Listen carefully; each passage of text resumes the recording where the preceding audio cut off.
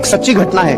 दो ऑफिसर्स थे, अपनी जिंदगी में अच्छी सेवाएं दी और सेवाएं देने के बाद जब रिटायर्ड हुए तो दोनों अपनी अपनी लाइफ में आगे चले गए।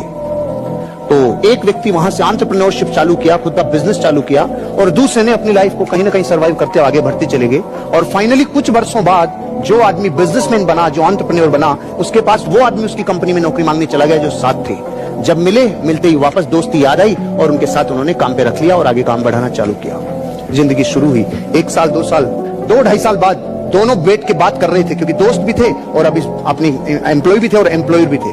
तो जो एम्प्लॉय था उसने पूछा, यार अपन तो दोनों दोस्त हैं, अपन दोनों ने जीवन भर साथ में नौकरी की है, साथ में काम धंधा किया है, फिर भी तू मालिक बन गया, आज मैं नौकरी कर रहा हूं, ये फर्क क्यों है जगत में, ये फर्क क्यों है?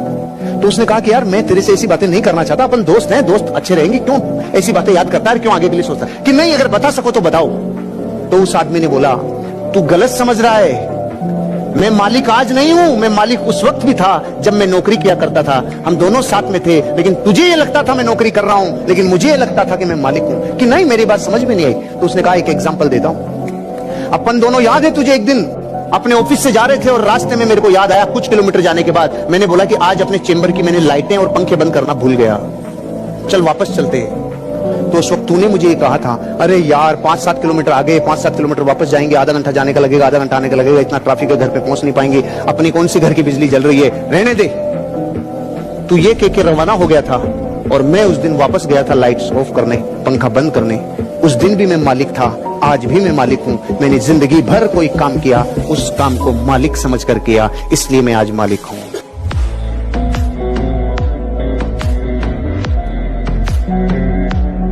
एक बड़ा आदमी था, बड़ा बिजनेसमैन, उसके आंखों में एक जबरदस्त रोग हो गया, कई डॉक्टरों से इलाज करा लिया, फिर फाइनली एक अच्छा डॉक्टर मिला, उसने कहा आपको इस लेंस के ऊपर तकलीफ अलग तरीके की है, आपको चीजें सही दिखे उसके लिए हरा रंग जरूरी है, हरा रंग जरूरी है, उससे आपकी आंखों को तकलीफ कम पड़ेगी और आपको सही दिखने लग जाएगा, कुछ सालों में आप ठीक हो जाओगे। उसके पास पैसा बहुत था, उसने क्या किया, जहां जहां देखता था उसके सारे नौकरों ने हरे कपड़े पहन लिए, पत्नी ने हरे कपड़े पहन लिए, बच्चों ने हरे कपड़े पहन लिए, दीवारें हरी कर दी, चारों तरफ हरा हरा हरा। खूब खर्चा करने के बाद वापस डॉक्टर के पास गया तो डॉक्टर को उसने पहले से उसके आदमी ने हरे कपड़े पहनाए डॉक्टर को कि वो आ रहे हैं आपसे मिलने, हरे कपड़े। तो डॉक्टर का क्यों, क्या हो गया, कि वो आपने बताया था ना हरे रंग में सुविधा रहती है। तो उसने कहा 100 रुपए का चश्मा ही पहन लेता तू हरे रंग का, तो ये क्या संसार को बदलने में लग गया रे, तो लाखों करोड़ों रुपए हरे रंग पे खर्च कर दिए, 100 रुपए का चश्मा पहन ले। ओ सर, गलती हो गई।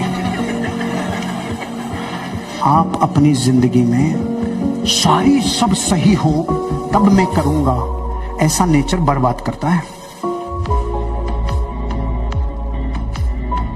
ये बहुत अच्छे गुरु थे, बहुत अच्छे शिक्षक थे, और अपने बच्चों को जीवन में जब भी कोई ज्ञान देते थे तो कहकर नहीं देते थे, करके देते थे, प्रैक्टिकल करके देते थे।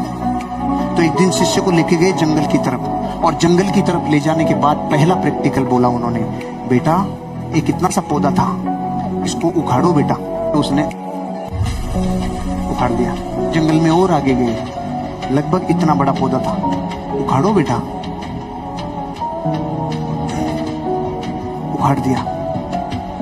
इतना बड़ा पेड़ था, उखाड़ो बेटा। शाम तक का टाइम है बेटा, गुरुजी 10 साल में भी नहीं उखाड़ पाऊंगा। बस बेटा, जो आदतें नई है उन्हें उखाड़ा जा सकता है, लेकिन जो वर्षों से परंपरा, प्रतिष्ठा और अनुशासन बन गई उन्हें कभी नहीं उखाड़ा जा सकता है। एक अंधा था, अंधा, उसको किसी ने न्योता दिया कि आजा खाना खा ले, तो खीर बनाई उसने, तो उसने कहा ले खीर खा ले। तो उसने कहा मैं खीर नहीं खाऊंगा। क्यों? मेरे बाप दादा ने खीर नहीं खाई, मैंने भी खीर नहीं खाई, खीर कैसी होती है बता तो सही। अरे कि तू टेंशन क्यों ले रहा है, खीर जो होती है वो बहुत अच्छी होती है, तू मुंह में ले। मुंह में लेते बता नहीं, जब तक तुझे नहीं बता खीर कैसे अरे तू खीर खा ले। नहीं, तू जब तक ये नहीं बताएगा खीर कैसी होती है मैं नहीं खाऊंगा। तो उसने, खीर सफेद होती है। सफेद कैसा होता है? अंधे को क्या पता सफेद कैसा होता। उसने कहा तू खीर खा ले यार, तू फालतू बातें मत करे, तू मुंह में लेके देख ले, सबके सवाल जवाब मिल जाएंगे तेरे। सफेद कैसा होता है? तो उसने कहा भाई सफेद बगुले की तरह होता है। सफेद बगुले की तरह होता है। बगुला कैसा होता है? किले संभाल, ऐसा होता है। तो उसने संभाला, ओ बाप रे, इतनी टेढ़ी कीड़ मेरे गले में कैसे आएगी? मैं नहीं कहूंगा कीड़ पड़ा रे। अब मैं आपसे पूछता हूँ, खीर टेढ़ी थी? कीड़ा कर करके इसीलिए करवाई ना ये टेढ़ी। ऐसे ये व्यापार टेढ़ा नहीं है, ये सेल्स की दुनिया टेढ़ी नहीं है। अपन पूछ के टेढ़ी करवाते हैं, ये बुद्धि नहीं है। अगर इंटरनेट पे समय बर्बाद कर रहे हो और धन नहीं आ रहा बैंक में, तो आप अपने जीवन के साथ महान अन्याय कर रहे हो। इंटरनेट की लत लगवा ली, लेकिन धन नहीं आ रहा।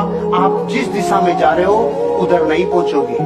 जुम्मन था, घोड़े पे बैठ के रामपुर जा रहा था। लोगों ने पूछा कहाँ जा रहा है? कि रामपुर। तो लोगों ने कहा ये रास्ता तो शामपुर जाता है, रामपुर नहीं जाता। तो जुम्मन ने कहा मुझे भी पता है ये रामपुर नहीं जाता। तो लोगों ने पूछा फिर तू क्यों जा रहा है? कि घोड़े से बहस कौन करे, जिधर ले जाए उधर ही ठीक है। आपकी भी जिंदगी में आप जाना तो अमीरपुर चाह रहे हो, लेकिन जिस रास्ते से जिन आदतों को रास्ता बना रखा है ना, वो आदतें वो रास्ता शामपुर ले जाएगा, वो उल्टा ले जाएगा, क्योंकि फिर दुनिया उल्टी उल्टी दिखेगी। क्योंकि दुनिया की सबसे बड़ी पढ़ाई कॉलेज की पढ़ाई के बाद शुरू होती है। वॉरेन बफे ने बोला है, जीवन की सच्ची और सबसे बड़ी पढ़ाई कॉलेज की पढ़ाई खत्म होने के बाद चालू होती है। और दुनिया के सारे बच्चे जब कॉलेज का लास्ट ईयर होता है, बस पढ़ाई से मुक्ति, जिंदगी बदल जाएगी। अरे तू पढ़ाई में तो एडमिशन अब लेगा, ये तो तेरी रिहर्सल थी जिंदगी की पढ़ाई। अकबर के राज्य में एक दिन पूरी तरीके से खजाना खाली हो गया। ऐसे बुरे वक्त में किसको बुलाता अकबर? बीरबल को बुलाया और पूछा, बीरबल खजाना खाली हो गया, बता क्या करना चाहिए? बीरबल ने बोला, साहब इस राज्य का एक व्यापारी है, वो ही मदद करेगा अब तो बुरे वक्त में, और कोई नहीं कर सकता। उस व्यापारी को बुलाया, व्यापारी से बोला मदद करोगे? हाँ साहब करूंगा। खजाना खोल दिया व्यापारी ने अपना। पूछा तेरे पास इतना रुपया कहाँ से आया रे, इतना सामान कहाँ से आया रे? कि कुछ नहीं साहब, मैं टैक्स को चोरी करना जानता हूँ, कैसे कैसे चोरी होता है टैक्स। मैंने आप ही के जितने टैक्स थे ना, उन्हीं में से सब बच्चों के इतना सामान इकट्ठा कर लिया। अकबर का दिमाग खराब हो गया, टैक्स चोरी करता है। सामान तो ले लिया, इसको अपने हस्तबल में नौकरी कराओ। अब उसका क्या काम था? घोड़ों की लीद उठाने का काम। 6 महीने बाद अकबर का खजाना फिर खाली। बीरबल को बोला, भाई अब क्या करें, खजाना फिर खाली हो गया। बीरबल ने बोला, उसी को बुलाना पड़ेगा। उसको वापस बुलाया, भाई खजाना खाली हो गया, कोई मदद कर सकता है? हाँ साहब लो, पहले से ज्यादा लो। अकबर ने बोला, अब की बार कहां से लाया रे तू? कुछ नहीं साहब, आपके जितने भी घुड़सवार थे, जितने भी सेनापति थे, सब भ्रष्टाचारी थे। सारे भ्रष्टाचारियों को बोला तुम्हारी पोल खोल दूंगा, मुझे सही मुद्राएं, सोने की मुद्राएं देते जाओ, नहीं तुम्हारा गेम और वहीं से कमा लाया मैं तो भाई साहब। अकबर का गुस्सा चरम सीमा पे। इसको समुद्र के किनारे छोड़ के आओ, जहाँ पे जहाज गिरेगा। वो वहां गया। 6 महीने बाद अकबर का खजाना फिर खाली। अकबर ने बोला, बीरबल आप क्या करें? उसी को बुलाना पड़ेगा। बुलाओ, भाई मदद करेगा। हाँ साहब, पहले से डबल ले लो। और अब की बार कहां से लाया? कि जहाज में जितने लोग आते थे, लोग इधर उधर का माल इधर उधर करते थे, सबको कह दिया राजा ने मेरी ड्यूटियां लगाई है, टाइम पे टैक्स दे दो, टाइम पे सामान दे दो, सारे जहाजों के ऊपर तुम्हारे ऊपर ड्यूटी लगा दूंगा, नहीं तो वहां से कमाल आया। अगर मूर्ख होता और डीएनए व्यापारी का नहीं होता तो रोता रे। घोड़ों की लीद में से सामान निकाल लाया। इसे कहते हैं धरती का असली व्यापारी, जो इंसान अपनी संभावनाओं को गोबर में से भी निकाल लाए।